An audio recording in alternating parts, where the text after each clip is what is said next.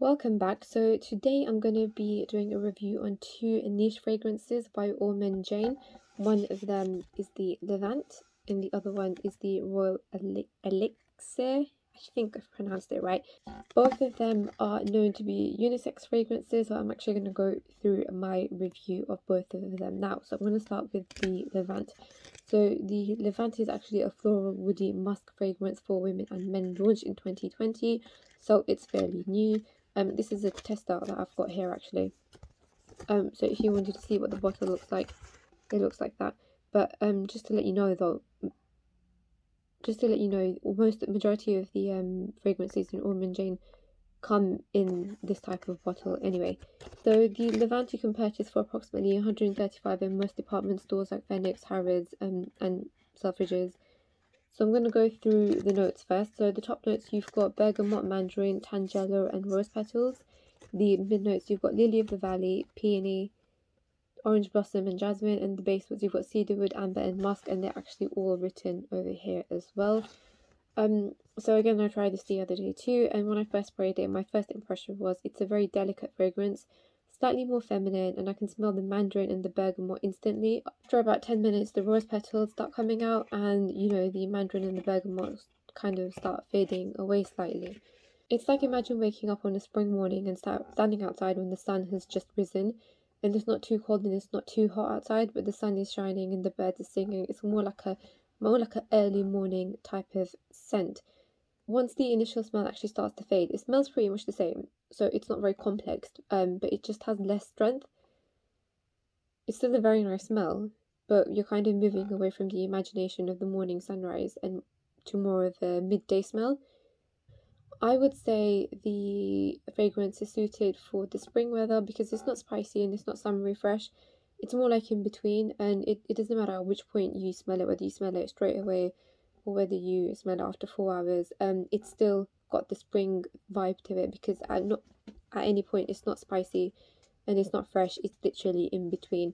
As I said, although they say it's a unisex fragrance, I think it's more suited for women in the early 20s onwards. So the initial smell lasts about 6 hours, and overall the fragrance lasts approximately 10 hours. So next I'm going to move on to the Royal Elixir. So this one was created in 2019, and again, they said it's a unisex fragrance.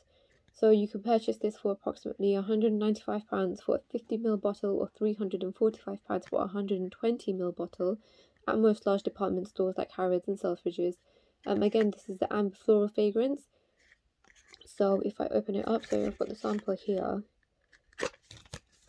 So it's just a black coloured bottle, but the design and everything is pretty much the same. And then they have the notes here. So I'll go through the notes first. So the top notes are green notes, orange absolute, and bergamot. The mid notes are jasmine, osmanthus, rose oil, amber, orris butter, and orchid oil.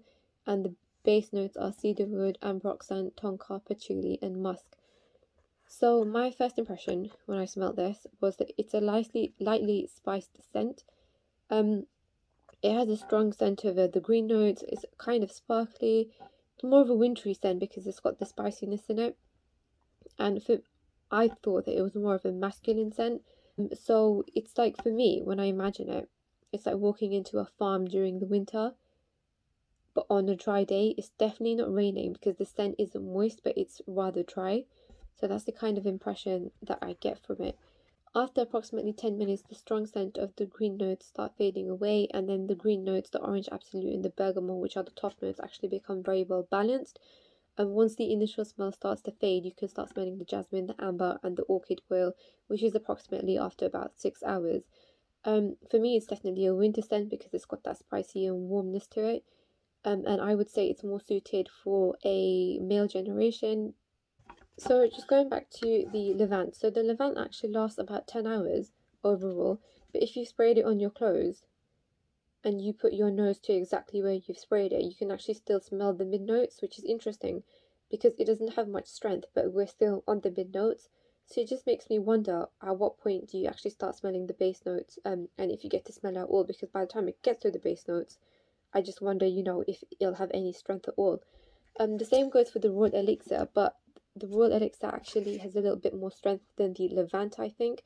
And at the 10-hour mark, you can actually smell the base notes. Performance will always depend on your skin chemistry and if you've sprayed it on your skin or on your clothes. But if you ask me, do I prefer the Royal Elixir or do I prefer the Levant, I would definitely say that I prefer the Royal Elixir, even though it's for men, but it's more my type of scent. I personally couldn't pull it off myself, but I definitely buy it for my husband. The other fragrance that I like from Ormonde Jayne is actually the Nawab of Oud, but I wasn't able to get a tester to try it out properly, so maybe next time. But I hope that I've been able to give you a quick overview of the two fragrances from Ormonde Jayne. Actually, they're best sellers for men and women. But if you do have any questions, then just drop it in the comments box below. Please don't forget to like my video and also subscribe to my channel. If there is any other fragrance that you want to see from Ormonde Jayne, then please let me know in the comments box below and I can do a review on that next. Thank you.